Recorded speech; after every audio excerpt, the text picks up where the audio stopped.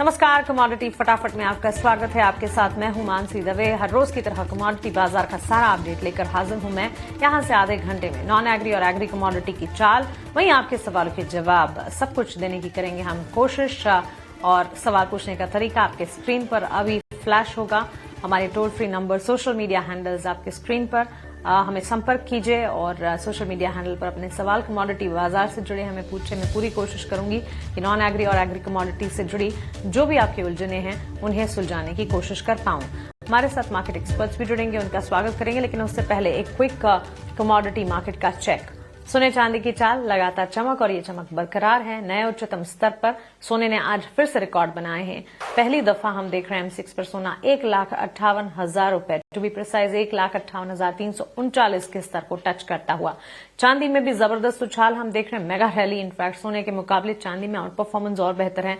3,35,521 के नए रिकॉर्ड्स बनाती हुई चांदी करीब 10,000 रुपए की तेजी चांदी में देखी जा चुकी है। यहां से आगे आपको क्या करना चाहिए, विस्तार से इस पर हमारे एक्सपर्ट्स जब जुड़ेंगे उनसे बातचीत करेंगे। लेकिन विदेशी बाजार, घरेलू बाजार दोनों में बुलियन मार्केट का सेटअप काफी ज्यादा जबरदस्त नजर आ रहा है। प्रेशियस मेटल्स, गोल्ड और सिल्वर दोनों में अच्छे खासे मोमेंटम के साथ कामकाज। वहीं कच्चे तेल की चाल, एनर्जी पैक की अगर बात करें, दबाव के साथ कामकाज। और ये पिछले 2-3 सेशन से हम देख रहे हैं संभलने की कोशिश, और वहां से फिर से उठापटक, गिरावट का ट्रेंड। ब्रेंट क्रूड $65 के आसपास कामकाज करता हुआ घरेलू बाजार में 5,530 के लेवल्स और कच्चे तेल में कामकाज हम देख रहे हैं। मेटल्स और साथ ही पर्टिकुलरली अगर कॉपर की बात करें, वहां पर तेजी का रुख है। एल्यूमिनियम में आधे % की बढ़त है, और जिंक में भी हम देख रहे हैं हल्की फुल्की मोमेंटम के साथ ही कामकाज। स्पाइसेस में तेजी का रुख है, अगुआर पैक में भी मजबूती के साथ कामकाज। All in all commodity market का सेटअप आज के सत्र में, एनर्जी पैक को अगर छोड़ दीजिएगा तो बेटर है। बुलियन मार्केट में तो जबरदस्त रैली है ही, बेस मेटल्स में भी मजबूती, स्पाइसेस और साथ ही अगुआर पैक में भी तेजी के साथ कामकाज। लेकिन ऐसे में फिर आपको क्या करना चाहिए? आपके सवाल भी ढेर सारे होंगे, उनको भी शामिल करेंगे। हमारे एक्सपर्ट्स का स्वागत कर लेते हैं। मानव मोदी मोतीलाल ओसवाल से हमारे साथ जुड़ गए हैं। अमित खरे GCL ब्रोकिंग से हमारे साथ जुड़े हैं। अनुज चौधरी मेरा एसेट शेर खान से हमारे साथ बने हुए हैं। जेंटलमैन, स्वागत है आपका 18 हाउस स्वदेश पर। अपना समय हमें देने के लिए आपका शुक्रिया। मानव, विल स्टार्ट विथ यू और प्रेशियस मेटल्स की चाल से ही शुरुआत कर लेते हैं। सोने चांदी में जबरदस्त रैली, अच्छा खासा मोमेंटम, और चांदी लगातार आउट परफॉर्म करती हुई।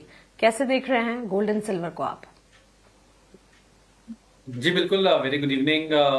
डेफिनेटली आप अगर देखेंगे गोल्ड सिल्वर में बहुत ज्यादा मोमेंटम स्ट्रांग रही है ओवरऑल। इवन आफ्टर 170%, ये साल की शुरुआत में ही सिर्फ 20 दिन हुआ है, and we already seen 8 to 10% rally दोनों गोल्ड सिल्वर में।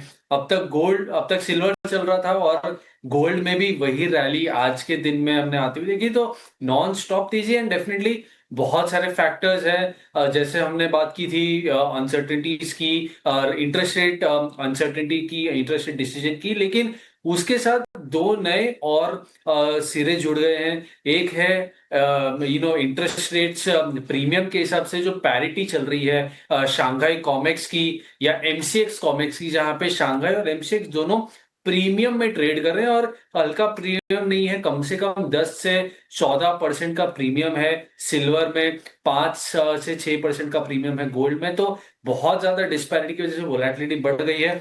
उसी के साथ साथ डेवोस के समिट में जो अपडेट्स आ रही है, जो टेंशन्स बढ़ रहे हैं, वो कंटिन्यूस बेसिस पे गोल्ड और सिल्वर के अनसर्टेनिटी बढ़ा रहे हैं। तो मेरे ख्याल से ऑल इन ऑल अभी भी ये तेजी बरकरार रहेगी ऐसा लग रहा है, क्योंकि अनसर्टेनिटीज खत्म होने का नाम नहीं ले रही है, और उसी के साथ वोलेटिलिटी भी काफी स्ट्रांग है। तो मेरे ख्याल से दोनों में ही बाय डिप की सलाह रहेगी डेफिनेटली। अब ऐसा लग रहा है कि चांदी में वेटेज थोड़ा कम हो सकता है, सोने में वेटेज थोड़ा ज्यादा हो सकता है in terms of the gold silver ratio जो रिवर्स हो रहा है नीचे से।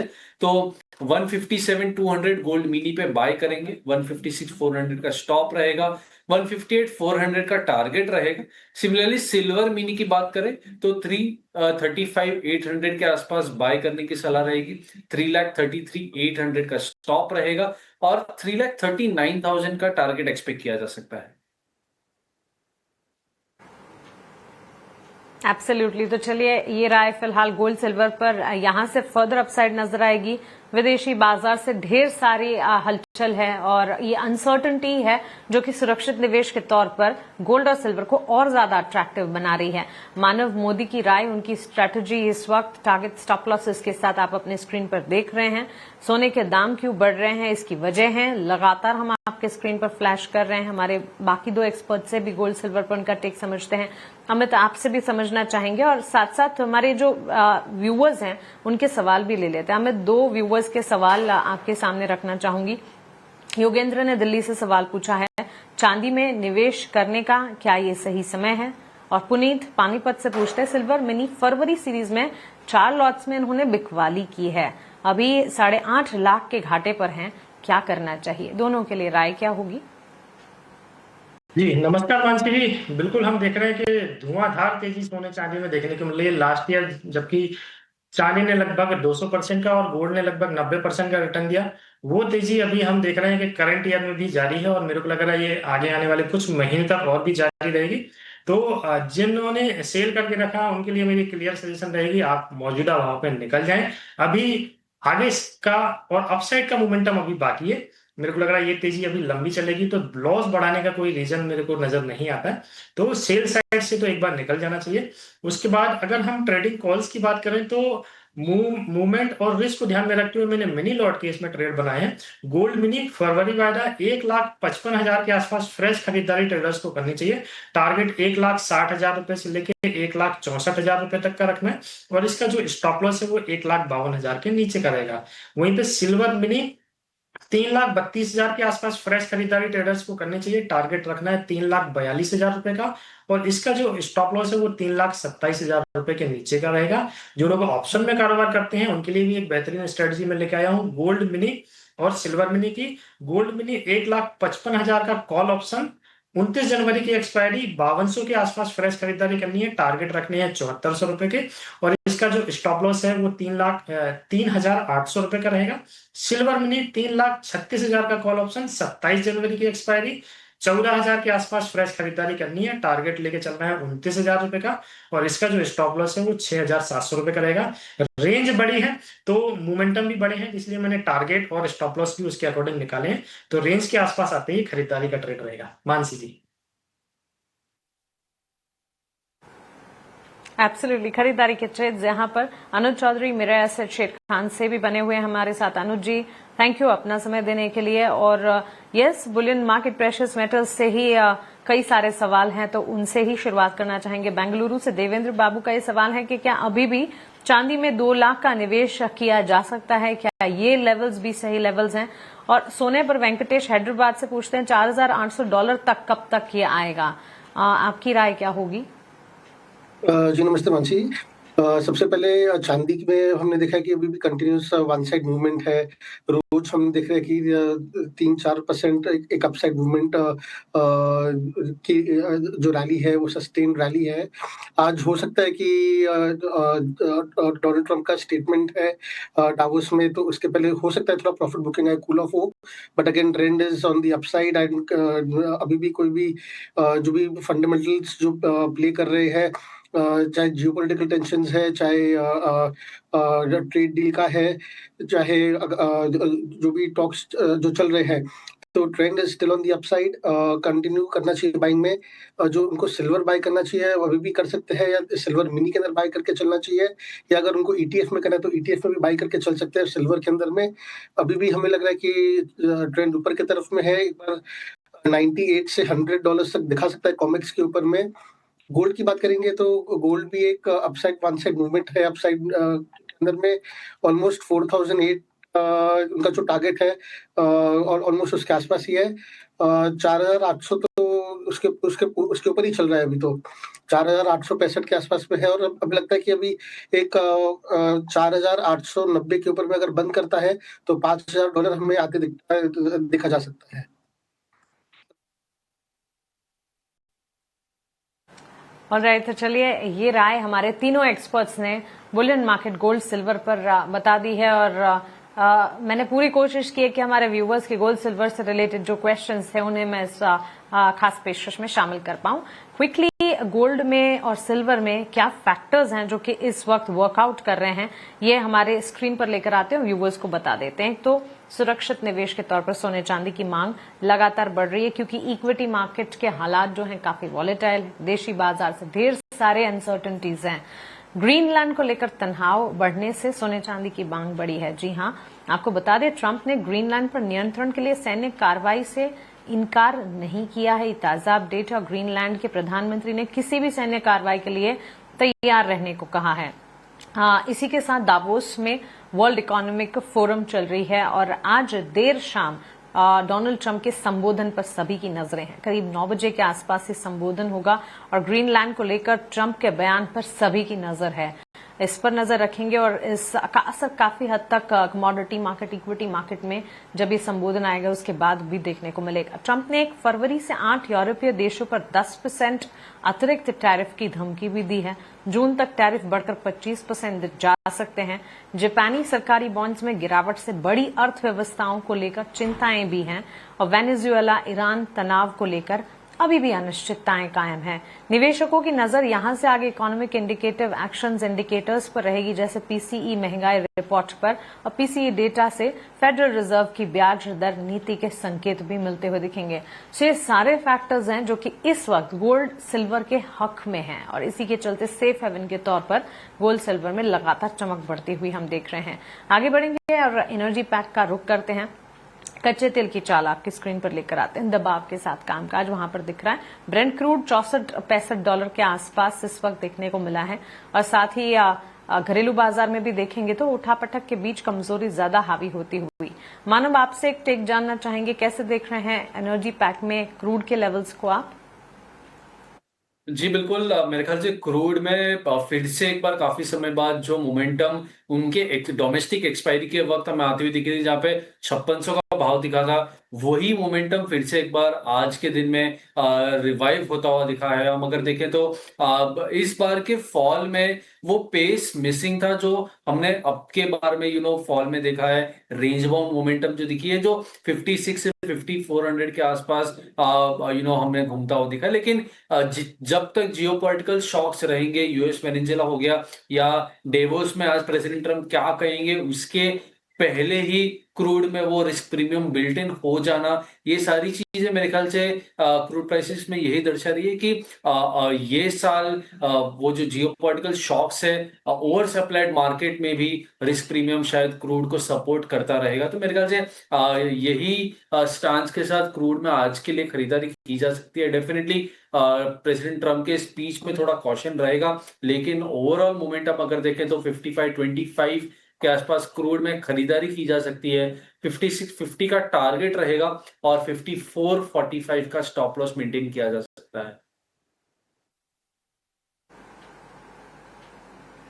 ठीक है मानव, वैसे नेचुरल गैस पर भी हमारे एक हाथ दो व्यूअर्स के सवाल हैं। नेचुरल गैस पर आपके पास भी एक स्ट्रैटेजी, और हम नेचुरल गैस में काफी स्पाइक्स देख रहे हैं इन दिनों। प्रवीण पुणे से पूछते हैं, नेचुरल गैस में आगे ट्रेंड किस तरह का दिख सकता है? और गौरव का भी सवाल पुणे से है, नेचुरल गैस फ्यूचर में किस कीमत पर बिकवाली करनी चाहिए? दोनों के लिए नेचुरल गैस पर, ओवरऑल नेचुरल गैस पर स्ट्रैटेजी आप क्या बनाकर चल रहे हैं? बिल्कुल, नेचुरल गैस में 2 दिन में हमने बहुत बेहतरीन मोमेंटम देखा है। इनफैक्ट आज के ही दिन में ऑलमोस्ट 80-90 रुपए का जंप देखा है। 5 सर्किट लेवल्स हमने आते हुए देखे नेचुरल गैस में डोमेस्टिक फ्रंट पे। नाइमेक्स में इंटरनेशनल ऑलमोस्ट 25 से 30% की जंप है, तो डेफिनेटली बहुत स्ट्रांग मूव है। और यही नेचुरल गैस का मूव हम पूरे विंटर सीजन में मिस कर रहे थे, जो लास्ट 2 दिन में आता हुआ दिखा है। तो डेफिनेटली वेदर मॉडल्स थोड़े चेंज हुए हैं, विंटर थोड़ा लेट आया है, इसकी वजह से ये जंप है। प्लस एक शॉर्ट लिक्विडेशन भी हो सकता है, जहां पे बहुत सारे शॉर्ट्स कटे हैं, जो हमें शायद सीएफटीसी पोजीशन में आता हुआ दिखे। तो ओवरऑल कल के सेशन में डोमेस्टिक फ्रंट पे एक्सपायरी है। मुझे ऐसा लग रहा है कि 445 444 के आसपास जब तक प्राइसेस उसके ऊपर नहीं जाते हैं, तब तक प्राइस में एक रुकाव आ सकता है, कंसोलिडेशन आ सकता है। लेकिन बाय ऑन डिप्स की स्ट्रैटेजी कंटिन्यू रहेगी। मेरे ख्याल से 420 के आसपास एक बाय किया जा सकता है, 430 का टारगेट, 414 का स्टॉप लॉस।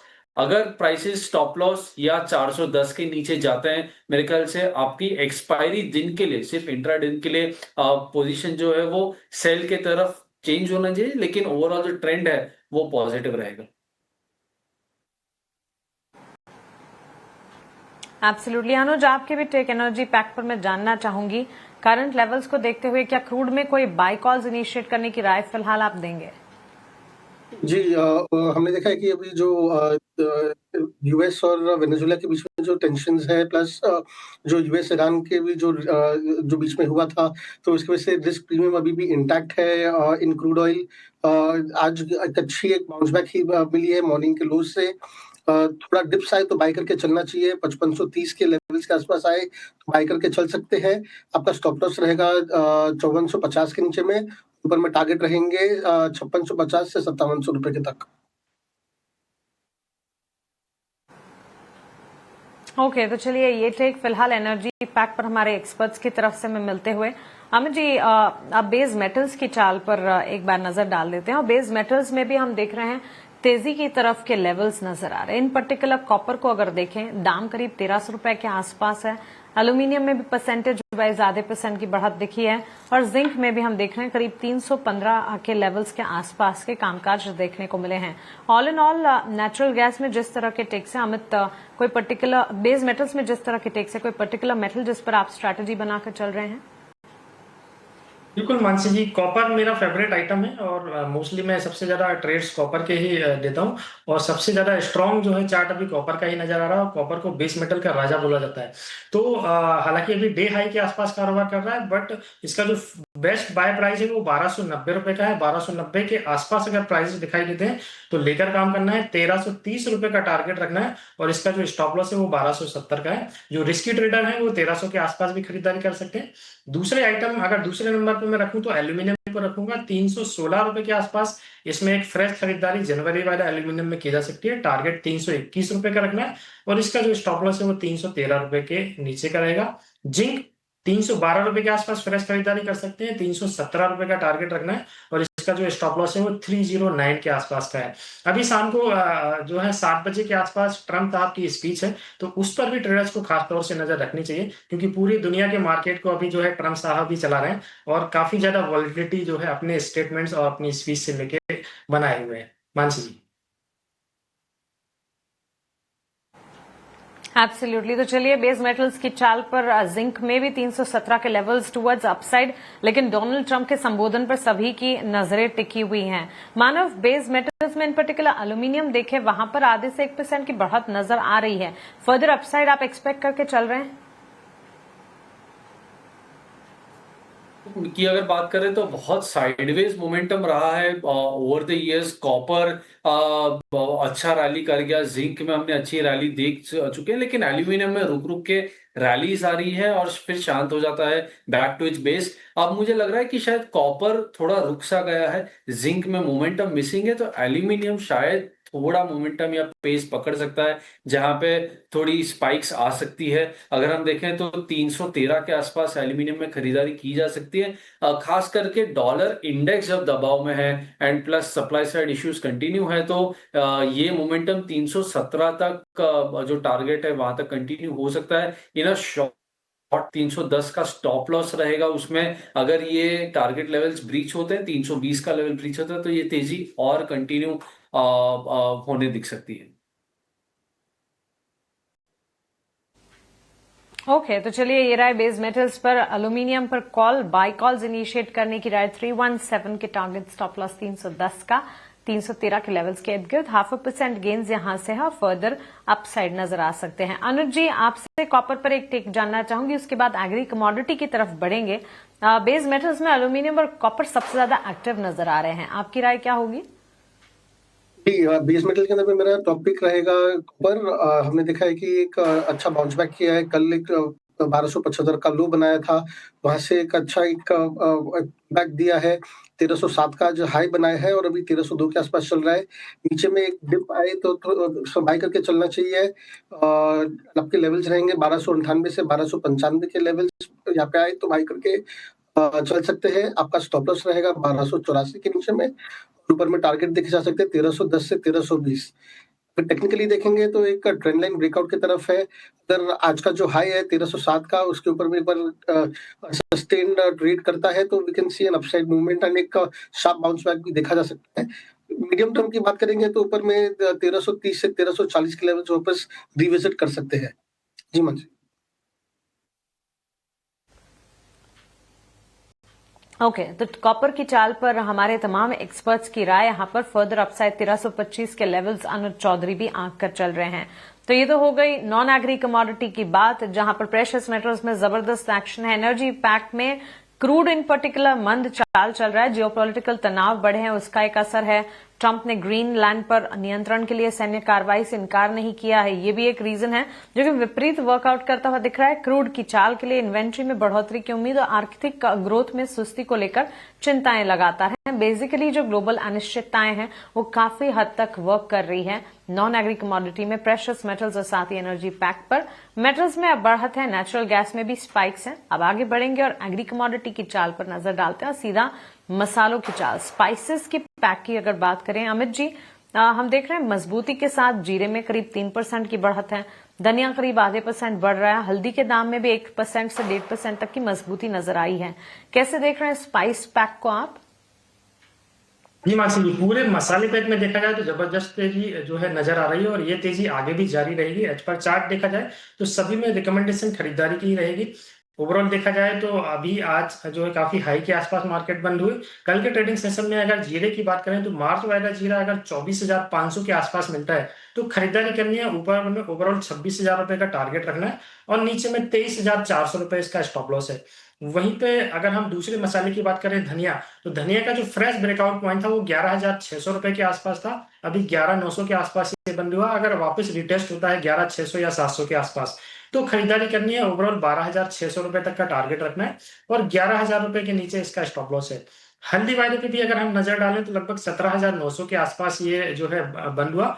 इसका जो रेंज अभी ओवरऑल नजर आ रहा है वो 20,600 रुपए एक टॉप इसका मान के चल सकते हैं शॉर्ट टर्म के लिहाज से, और नीचे में 16,000 एक अच्छा सपोर्ट का काम करेगा। तो कहीं पे भी अगर डिप मिलता है 17,200 या 17,000 की रेंज में तो पोजिशनल के लिहाज से इसमें खरीदारी करनी चाहिए। 16,000 के नीचे का स्टॉप लॉस लगाना है और 20,600 रुपए तक के इसके टारगेट रखने हैं। Mansi okay, absolutely. धनिया अप्रैल कॉन्ट्रैक्ट बाई कॉल की राय 11,600 के लेवल्स, टारगेट 12,600 तक मान के चल रहे हैं। 11,000 का स्टॉप लॉस यहां पर मेंटेन करना होगा आपको। इसके अलावा अगर आप देखें जीरे में भी खरीदारी के मौके 24,500 के स्तर पर 26,000 के लक्ष्य को मद्देनजर रखते हुए 23,400 23,400 का स्टॉप लॉस यहां पर मेंटेन कीजिएगा। मसालों में अच्छे खासे मजबूती है और यहां से फर्दर अपसाइड भी एक्सपेक्टेड है, जिसके चलते फर्दर पॉजिटिव कन्विक्शन यहां पर बनता हुआ। लेकिन अमित, ग्वार पैक पर भी एक नजर डालना चाहेंगे, वहां पर भी मजबूती के साथ मोमेंटम बेस्ड कामकाज देखने को मिल रहा है। ग्वार पैक की अगर बात करें, ग्वार गम 10,700 के करीब है, ग्वार सीड में 5,700 के लेवल्स हैं। यहां से किस तरह की स्ट्रैटेजी बिल्टअप करके चल रहे हैं आप? ग्वार सीट की अगर हम रेंज की बात करें तो इसमें निचले स्तरों से बार बार रिकवरी हम देख रहे हैं। आज भी अगर हम जैसे देखें 5569 5569 के आसपास का बॉटम बनाया था, वहां से 5742 का एक इसने हाई बनाया लास्ट टाइम जाते जाते। तो ओवरऑल रेंज पॉजिटिव है। नीचे में 5500 एक बेस मान के इसमें चल सकते हैं। तो इसकी जो फ्रेश खरीदारी का जो पॉइंट है ग्वार सीट की अगर मैं बात करूं तो 5600 रुपए के आसपास इसमें एक फ्रेश खरीदारी ट्रेडर्स को करना चाहिए। 5500 रुपए के नीचे का स्टॉप लॉस लेके चले। 5850 रुपए अभी इसका इनिशियल टारगेट रहेगा। ओवरऑल मेरे को लग रहा है 6200 के आसपास के भाव भी इसमें देखने को मिल सकते हैं। ग्वारगम की अगर मैं बात करूं तो 10,400 10,200 इसके एक बढ़िया खरीदारी के लेवल है फरवरी वायदे का, और ऊपर में देखा जाए तो 11,500 से लेके 11,900 तक के टारगेट रख सकते हैं और इसका जो स्टॉप लॉस रहेगा वो 9,900 रुपए के नीचे का रहेगा। मानसी ओके, तो चलिए ये राय फिलहाल हमें मिलती हुई नॉन एग्री कमोडिटी में मसाले और साथ ही ग्वार पैक पर। अमित जी, मानव जी, अनुज जी, बहुत शुक्रिया आपका हमारे साथ जुड़ने के लिए और कमोडिटी बाजार में हमारे व्यूवर्स के सवालों के जवाब देने के लिए, आपकी स्ट्रैटेजीज भी हमें सुझाने के लिए। कमोडिटी फटाफट में फिलहाल इतना ही, लेकिन ईटी नाउ स्वदेश पर खबरों का सिलसिला लगातार जारी है। आप बने रहे हमारे साथ। नमस्कार।